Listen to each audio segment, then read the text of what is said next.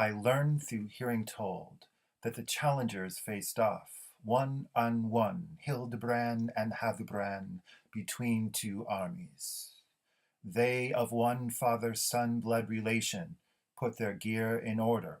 They prepared their war shirts. They, men of fighting, belted their swords on over chainmail. Then they rode to this fight. Hildebrand made a statement. Hildebrands's son.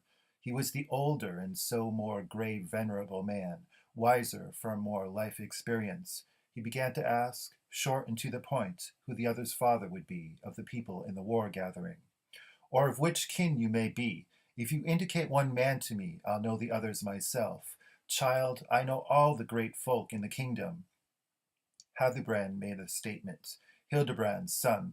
That they said to me, my people, old and life-wise, who were around back then, that my father was called Hildebrand, as I am called Hildebrandt.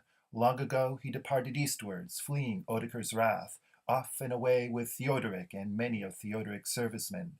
He left behind in the homeland to sit poor, a young woman in a house, and a child ungrown, devoid of inheritance. He rode off into the east. Later, Theodoric found himself having to go without my father. What a friendless man! With Odoacer, he was all too furious. With Theodoric, the dearest of servicemen. He was always at the vanguard of the folk regiment. He was too fond of combat. Brave men knew him well. I don't suppose he could still be alive. I call as witness, said Hildebrand, great God in the sky above, that you, child, have so far never sued for cause to fight it out with such a blood-related man. Then he peeled off from his arm a ring made from gold of Caesar's currency, in the same way that the king had given it to him, the chieftain of the Huns. This I give you now, as token of good faith. Hildebrandt made a statement, Hildebrand's son. A warrior ought to receive a gift with a spear, point against point.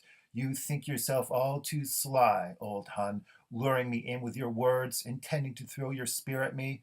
It's by practicing deceit that you got to be so old. That they said to me, seafarers heading west across the sea, that war took him. Dead is Hildebrand, son of Hildebrandt. Hildebrand made a statement, son of Hildebrandt.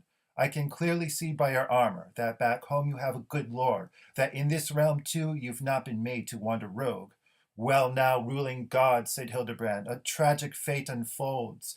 I wandered 30 summers and 30 winters in exile. There I was always enlisted into the army of frontline troops. Even so, not at any town could anyone peg death to me. Now my own child is to hack me with blade, strike me down with his sword, or I am to become his murderer. But you can do it now like nothing if your zeal suffices you in such an old grey veteran to win armor and seize loot, if you have any right to them. At this point, only the unmanliest of the East people, said Hildebrand, would deny you of battle, now with you wanting it so badly, a fight man to man, putting to the test to see who of us today has to give up the vestments, or can lord it over both these coats of mail.